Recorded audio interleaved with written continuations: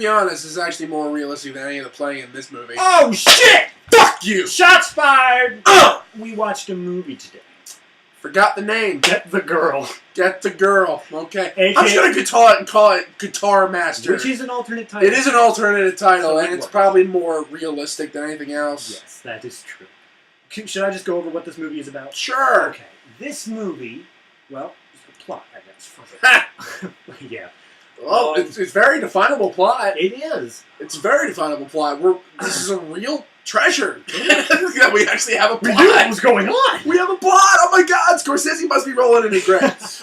Okay, so this movie is about a guy named Calvin who's working a 9-to-5 job. Blah blah blah. Fuck that story. It doesn't fucking matter. He doesn't even do his job. Here's what goes on. This guy wants this girl named Brittany / Olga. I don't fucking know her name. / Brittany. Brittany is hot blonde, but she shows no attention to Calvin. But she just broke up with her she just broke up with her boyfriend, making him an ex, and she was into him because he played guitar. Opening joke. Okay, but alright, half a side note, this is the easiest fucking girl I've ever seen on film. We'll get to her in character-wise. So then he decides, well, hey, I could be a musician and win her heart. So he gets this new game called Guitar Master. But he's not very good at it. So so he writes he gets his friend, who's a girl named Diane, who they've known each other their entire lives, basically. It took us forever to actually know her name. I know.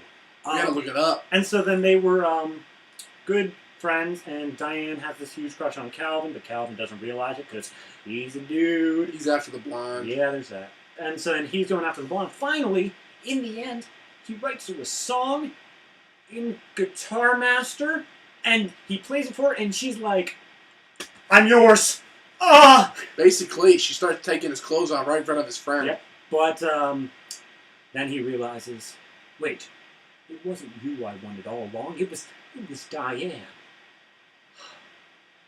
This is Electric Boogaloo. And then he goes gets it. There you go. This is Electric Boogaloo. Breaking to Electric Boogaloo. Let's go into character. Let's start with Calvin. Calvin is our protagonist. And he's a dick. He's a lazy dick. He really is. He spends his entire time daydreaming about this girl. Mm-hmm. Basically giving him a lap dance every fucking time. Throwing bras at him. Yeah, every time he has a guitar fantasy, she throws... And actually, even when he does it, when he finally finishes the guitar, she literally throws her bra at him. When it's not a fantasy, she does exactly what he thought in his fantasy. She's the easiest. Hold on. Let's not get in her. Right. I want to talk about a project about his work. Project Green. Project Green. Project Green is a big deal at work. His boss is on him constantly about getting his work done in Project Green. Half the scenes in the office had something to do with Project Green. You better get your work done by Friday or else shit, fuck. We never see him working. Not once. He occasionally types numbers into a spreadsheet, but it's the same spreadsheet. And it's the same numbers. The entirety of the movie. Yeah. He doesn't fucking work. No. And so he's bitching about his job constantly. And his friend works even less. Yeah. He's bitching about his job constantly. Like, man, there's always work and the boss is on my ass and I can't focus on this stuff. I would be able to feel for you, Calvin. I honestly would. But you need to work at least once. You need to do something that makes us care about you in some way. See, the thing is with this character is that there's really, really no empathetic note that I have for this guy. Because, alright, anybody who has had a lifelong childhood friend that is of the opposite sex or of the same sex, but depending on however you feel about it, and there's obvious chemistry between these two, and they know everything about each other, they're extremely comfortable, they never have to put on airs about each other, and it's very obvious that this girl has the hots for Calvin. This seems so easy to put together, but this guy is so fucking thick. It's the same problem that every single romance movie... Oh, right. Sorry. This is a romance movie for Valentine's Day. Yesterday, as long as this guy keeps his shit up. So, yeah. This is the whole reason we picked this film. Because Valentine's Day, So this guy is... It's overrated. This guy, in my personal opinion. It's the stereotypical romance movie guy, where he's got, whenever it's a love triangle sort of thing, he's got that He's got that girl who just is so mad about him and is willing to help him in anything he wants to do, but God, he just can't see her as a sex object or even a romantic object because of stupid fucking reasons number 1 through 10. She's hotter than the She's sun. way hotter than the ball. Maybe it's just because the glasses do a thing for me, but at the same time, though, she's much more attractive. And actually, the thing is, she's a blonde now. She's a blonde now, so... She actually pulls off blonde. She's still hot. She does a good job. Let's talk about that. And to be honest, actually, hot isn't really a word that I like to use. She is a legitimately beautiful girl. And all you, the Nazi feminists who, hate the fact that I use the word girl, I use boy when I talk about guys, so fuck you. Calvin's a stupid boy. Yeah, She's an attractive girl. Yeah, you know what? Get over it. Words. But Diane, how is she? I tell you one thing. Her character actually has validity of what she does and why she does it. Yeah. Like now the one thing is she at the very beginning when he's trying to have this whole plan set up, she automatically tells him that it's stupid. Yeah. That this is just another thing. Like you. Yeah, she doesn't even know your name. She never even remembers your name till the end of the movie. She doesn't remember Calvin's name. Even when he's talking right to her, he's like, "Okay, I'm Calvin's friend. Who? Me." The guy who's having the party. The guy who's trying to fuck you. Yeah, so that's Brittany. Diane, though. I want to talk about her real quick. Diane's... First, it took us forever to find out what her job was. Okay. Here's all we saw of her job. She was sitting at a desk, and there's some Russian chick who's the same actress as Brittany, so it was really weird. She's trying to Peter Sellers it, and she does not Peter Sellers it. Point being, she's sitting at a desk, and her boss walks by and stuff. But then she just has, random toys about her. She's got, a Hot Wheels car. She's sucking on a pacifier. Sucking on a pacifier. We're like, what the fuck do you do? And then she explains in one line that she writes the safety instructions for children's toys. That makes sense. A little bit. What was Calvin doing? What does Calvin do? Calvin is in data entry. In what? In what industry? What is Project Green? More importantly, what is Project Purple? The project that comes at the end of the movie that nothing ever happens with. Honest to God. Alright, the thing is, this whole Project Green shit is literally, when it's actually in the office, it's everywhere. It's plastered everywhere. And the funny thing is, even after Project Green is done, when he goes up and he starts changing the numbers on the board, it's still Project Green. So, I don't know what project... At first I thought it was going to be this environmental thing and whatnot, because Project Green, you think Green Earth, that kind of thing. It's nothing to do with anything. You have no idea what this has anything to do. Here's the worst part about it. It doesn't fucking matter. No, it doesn't. They put so much emphasis on, you better get Project Green done by Friday or else you're fired. Why would you put so much emphasis on something that doesn't matter? Is it just show the boss is a hard ass? Okay, show the boss is a hard ass. To be honest, my personal belief is what they're trying to do for this type of environment, especially because of the quirky co-workers and the sage-like janitor. We haven't even gotten to him yet. Quirky That guy's a sex fiend. I know, but he's supposed to be quirky. He's fucking creepy. Well, and also the boss. He actually does have a couple funny lines. I like him. But the thing is, though, the boss character is obviously trying to be played up to the characters in Office Space. So the thing is with Office Space, there's plenty of projects they talk about in the movie that have dire importance, but the thing is, though, the reason that they're there is to make it a very evident fact that this guy has no fucking care in the world for this shit. Yeah, if we could just focus on this movie, that'd be great. It would be great, but the problem is, though, the correlations are too vast for me not to notice it. I noticed it the moment his boss started talking to him. I'm like, yeah, that'd be great. Here's the thing about that, though. I don't feel like this movie was trying to take on Office Space. No, it wasn't a ripoff. I feel like it was trying to take on, here is your everyman. Here's the person you're supposed to relate to. He has somewhat of a dick coworker, and he has an evil boss. That is something that a lot of people can relate to. Something that they feel like, oh, my coworker's such a dick, and yet he does, nothing. And he takes advantage of me, and all that kind of stuff. He gets all the praise. Same thing with the bosses. It's like, God, I hate my manager. He's always getting on my ass. I feel like they were just trying to get Calvin to be as relatable as humanly possible. And it would have worked if they showed him working fucking once. See, the thing is also with the antagonist characters of the boss and the friend and whatnot, because the friend really wasn't even that much of an antagonist. He's not really an antagonist, but at the same time, he's doing nothing to help the character along. The only time he actually does anything to help him is when he gets the Brittany girl to come to the party. I think Diane is the driving force, really. Well, it is, but no, the antagonist is the person who opposes the main character. I feel like Diane is the driving force, and the friend... Fuck, I was hoping I'd remember his name. Oh well. He's the writer. He is the writer of this film. And he gives himself all the witty lines. He does. And he gets to make out with the hot blonde in the end. To be fair, I've been in that position before. It's fun. Why not? It's fun to give yourself the witty banter and all that jazz. Guess who doesn't die in his movies? I've died a couple times. Once. Bitch. Anyway. I don't know. But no, this guy, he's like this semi-driving force. He only does one or two things, and the rest of the stuff is just like, well, we haven't had a funny line in the past 10 minutes. Let's throw him in. Well, the character... What's he doing? Masturbating at work. Well, the whole thing is that, even though Calvin never knows that he is, taking his work and pushing it on Calvin, he just thinks that he just has a crap ton of work to do. Yeah. And this... I think his name's Freddy. I don't know. That does sound right. I don't know. We're calling him Freddy. We're going to call him Freddy. Fuck it. Even if it's not right or not. Fuck it. And I am going to put it in annotation to see if it is right or not. Fuck it. But no one cares.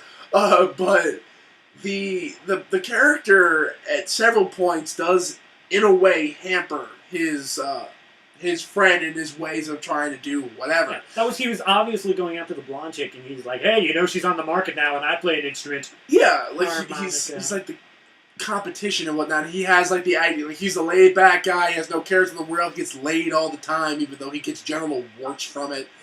The thing is, though, these characters are made to be more superficial than Calvin in the cheapest fucking ways to make us relate to the main character. Honestly, this is lazier than Cameron. The only, real quick, and then I'm going to get into the next character, is, you're right, they are made superficial in the laziest ways. Like, how do we know this girl isn't into him? She can't remember his name. How do we know that this friend's kind of a dick? Because he sleeps with fucking everyone. How do we know that the boss is an asshole? Because he literally tells Calvin that he wants him to feel fear and death at every moment in his life. I do think that one line, though, when he finally hands in Project Green, he's like, well, unless it's the largest suicide note ever written, I guess you're done. I'm like, that was a legitimately funny line. Congratulations. But I wanted to get into the boss, but honestly, only to discuss that line. At this point, I don't care about the boss anymore. I want to talk about Sage. I want to talk about Sage the janitor. The janitor. Do we ever even know his name? He's just the janitor. His credit is just the janitor. We're going to call him Sage the janitor. Sage the janitor. So Sage is he was apparently a rocker in a previous life, and he's that guy that whenever Calvin's working late trying to get his stuff done, or whatever the fuck he's actually doing, the janitor comes up and he's like, "Hey, looks like you were kind of zoning out there. What's going on?" That's cool. So let me tell you. Basically, he has a speech prepared. He's worse than Michael Caine. He always has a speech prepared. And he always, reminiscing to a point where he forgets that he's talking to Calvin. This one time I had this girl, and I lost her. And every day I regret that. And one day I woke up tired, smelling like vodka. It was a 5-foot bass, and I let it get away. That's basically it. It's the fishing story that didn't work, except it was a rock and roll thing. And then he comes back and he's like, point being, I'm sure you'll get it. Yeah, he's like, all right, that was a very long way of drawing out. And then, of course, he has, the secret cheat code for unlocking the game so you can write your own music. Hey, guess what? In Guitar Hero World Tour, you can do that shit even without unlocking anything. But this is Guitar Master, and obviously nobody on the internet ever posts cheat codes when they get them. You fucking idiot. Well, the only fucking idiot. The only time that I ever see people not post cheat codes is when the game doesn't have cheat codes. Good point. Believe me, I try to find cheat codes for Empire Total World. Doesn't work. The guy gives the janitor gives Calvin a piece of paper that says "beat the fucking game." That would be hysterical if that actually said that. I would have given props to this movie. All right. Here's the code. Beat the game, you lazy ass. All right, so that's enough about the characters. Just going to writing. Going into the writing, it has the same structure It has the same scene set up every goddamn time. Every, and also, like, nothing 10 ever to happens 20 with the dog. Nothing ever happens right. with Mr. Final Muffins. Final character. He wakes up in the morning like every student film starts with an alarm clock going off. This does feel like a student film. This guy's been in the works since '89. And he's like, doo-ba-doo-ba-doo-doo-doo. Oh my, going about my day. I'm a loser with this girl. God, I hate you, Mr. Muffins. What happens the next morning?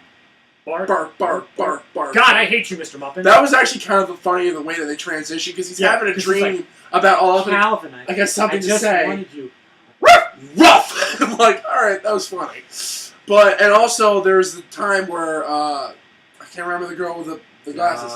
Diane. She has a dream that she's giving a striptease to Calvin, and she's botching it horribly. Her own dream. I will say, though, that the musical track they had behind it was actually pretty good, even though the majority of the music in this is way too whimsical. We're gonna get to what song he wrote.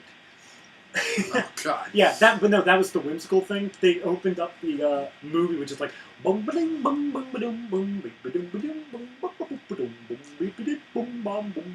Yeah, it's just... And it keeps repeating, too. It's kind of like The Room. It's like screensavers. It's very close. But when it comes down to the writing, I mean, like, it's literally every cliche in the book. I mean, to be honest, it's not nearly as bad as some of the writing of the movies we have recently tackled. It's endurable. It had clever lines. The once in a while clever line kept it going. And of course, the screenwriter gave himself the clever lines. No, he gave the clever line to the boss. He gave the janitor had great lines, and there's always the Sage the janitor. Ever since the Breakfast Club, there's been Sage the janitor. Here's the issue. He didn't give anything to the main characters. No. I didn't fucking care. These characters are so fucking stupid. They are. Calvin, I couldn't give a shit about. Diane, I could give a shit about only because I was like, why the fuck are you into him? Why? Just because you're friends doesn't mean anything. I've been friends with girls like for the longest time, ever since elementary school. Doesn't mean anything's gonna fucking happen. Girls hook up. Anyway. Just helping you out, bro. No, but let's just fuck a writing. Fuck the writing. Writing is... Go on to directing. Go on to Dennis Devine, DeBernard. Who really is David Dakota in disguise? He's hidden! I seriously think that it's just David Devine. David Dakota. Dennis Devine. Sorry. Who fucking cares? Sorry. Anyway. See, the thing is, though, like, this guy, like, and I want to watch more of this guy's movies because he has a handful on Netflix, and some of them are great looking and whatnot. Like, was it Alice in Murderland's one of them? Like, some of these look like really great camp, and I really want to watch them. But they're probably all shot on Shittios. Just like this one. Yeah. Yeah. This literally looks like a college film. We thought that it was a bunch of college students making a movie at first, or at least I did. I thought it was as soon as the alarm clock thing went off, just because that's the one stereotype I really know. From the first frame, mind you, there's not even a goddamn bit of black. Production logos? Nothing. Fuck you. And that's funny. You don't have to have that type of stuff. You can just start the movie automatically. And some movies I've seen don't even have opening titles. But the thing is, though, you gotta leave at least 5 seconds of black before you just jump in on a goddamn alarm going off. Especially because that sound is so fucking irritating. Here's. We don't really pay attention for the first 3 seconds of the film because we're still starting it up, we're still getting settled, stuff like that. So we're here talking, and then just all of a sudden, meep, and he doesn't shut it off immediately either. He lets it go for about 10 seconds. I think, okay, let's just race up. And then the TV goes off. Guitar Master's apparently a big thing. Should we talk about Guitar Master? Like the game itself? And how absolutely it was a Flash game online. We actually found, or at least one version of the Flash game. Guitar Master. Yeah, and I actually played it. It was pretty basic, but it was a little fun and whatnot. It actually had 6 buttons that you had to push. It wasn't the same as we saw in the movie. No, not even We don't close. know if it's an updated version or somebody else just took the Guitar Master name. Yeah, or because the Guitar Master, this movie was in 2009. So the one that we played was a recent update. So maybe it's several years of change. It could be the same thing, but I seriously doubt it. I very much doubt. But regardless of whether it is or not, I mean, really, Guitar Master, and also tell about the buttons. Tell about the colors. All right. So in Guitar Master, First off, laggy as shit. Laggy as shit. The colors on it are... They never match the music playing. I don't fucking know. It's like red, green, yellow, blue, purple. Yeah. Something like that. Nowhere close to the Guitar Hero stuff. Of course, I'm Or colorblind. rocket. Blue and purple looks the same to me. It's fine if you do that, because that's how you avoid lawsuits. That's fine. But your guitar, that you just fucking put duct tape over the goddamn buttons for the Guitar Hero And took the controller. string off. I still thought it still had the Guitar It had Hero thing. It had a Guitar Hero stubber, but they were like, I think it was a legitimate guitar that they just modified. I don't think they should have had that budget. But It it was wasn't like a budget. You probably get it from a garage sale. it was like red, white, green, blue. No, it was red, white, green. No, I think yellow was in there somewhere. red, white, green, yellow, blue. That was it. Something like that. I know blue was last, and I know red and white were on it. Yeah, the colors weren't even fucking close. white. The colors weren't even close to being legitimate. And every time that they showed like music playing, like Matt said, it was like, okay, so it's like, here's the note, okay? Here's multiple notes. Bow now now now now now now now now bow now now now bow now. You have like 45 notes and then just like 2 passed by. And the funny thing is, though, like, all the buttons are really big and whatnot, but he only plays, like, the last 2. Yeah, when he's first starting out, he's like, God, I suck at this. He's like halfway down the neck. Yeah, but you're not even touching the buttons half the time. I'm like, okay, when I first got Guitar Hero when it came out, I sucked at the game, but then again, at the same time, I still pushed all the buttons. All right, so let's just put that to a character special effect dissonance there. It's a technical problem. Let's just move on to technical issues. Well, that was the whole thing was shot on Shitio. There was that one thing that was dubbed. And a couple scenes, to be honest, actually, the final scene in the movie when the whole, Diane and, I forget his name now. Calvin. These characters are so fucking forgettable. Except for Sage the janitor. He's fun. Sage! But it's Calvin and Diane, and they're having the heart-to-heart conversation that you know is going to happen at the end of all these types of romance movies. And it's all basically shot from this angle. No. It's closer in. Here, and that's it. But it's very flat. I mean, what you could have done to make the moment A, intimate, B, a lot more intense, is to do over-the-shoulder shots, make a little bit more intense on the lighting, give a bit more shadows. You could do that, but that ups the smut. You don't necessarily need that. Oh, by the way, if you're here just to know, 0 nudity. Oh, yeah. Fuck off. Not every single movie we're looking for is going to try to have tits and ass in it. I mean, we're not always, or at least I'm not always that smutty. Not always. But at the same time, though, we have rules here on ShitFlix. If you don't deliver on certain elements, you have to deliver on others. I was going to say, usually it sticks to horror movies. For this one, it was kind of trying to be a romantic comedy, and then it was just like, well, we have the comedy, we have a romance, they don't have to blend, right? That's not a thing. There's more tits and ass and succubus than this. Well, then again, I was all about sex. This one's just get the girl! But, succubus barely had any nudity in it in the first place, so that says something. Do we have anything else to fucking say? I mean, to be honest, the one thing, it's definitely not the worst movie we've seen. 5 minutes. No. Alright, this is the part that got David. He actually had to turn off and walk into the corner for a second. 5 minutes to the end of the movie, and actually that probably includes credits, so it's probably it was 2 minutes until the end of the movie. I think it was 20 minutes. No, because I had 5 minutes left to go on the meter when literally the guy, the friend, Freddie, we're going to still call him that, he pulls out a harmonica, he blows one note into it, and then the Britney girl just is all over him. Literally starts fucking him in his friend's apartment. Yeah. And what's the rash? Oh, don't worry, I'll stop burning after the first couple days. See, this guy is actively spreading STDs. You know that's a crime, right? That's not the moment I hated. You're mistaken. The moment I hated did come 20 minutes. That was shit. That was absolute garbage on his part. But the moment I hated involving that character happened 20 minutes from the ending. The guy was saying, oh, hey, my birthday party's coming up, you should come along, blah, blah, blah. It's like, yeah, sure, I'll come along. Wait a minute. No, that's not what he does. Of course not. That'd be normal. No, what he does is he's sitting pantsless at his cubicle, pantsless at his cubicle with tons of tissues everywhere. Yeah, lotion in his hand. Lotion on his hand, and naked chick on his computer, and he's like, yeah, sure, whatever. That's cool. Alright, one, if you're gonna masturbate at work, why do it in your fucking cubicle? Oh, by the way, can I just mention real quick? Yeah. Their cubicles are just fucking cardboard. And there's only It's one like- cubicle. It's really. like at a community college, there are like little desks that separate everybody. The temporary The little- cubicles? No, not even that. It's like there's the wooden ones. Yeah. Like little wooden desks. They had those, but then they thought, not big enough for a cubicle. So they just cut cardboard, haphazardly, mind you, and just set it up there.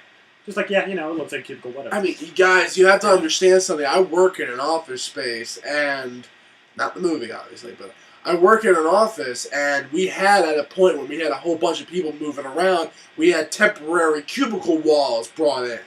Not cardboard? No, not cardboard. What? And they're cheap as shit, too. What? They literally cost like $30-$40 a piece. That's why I thought there's no possible way that they would get that Guitar Hero controller that was just modded.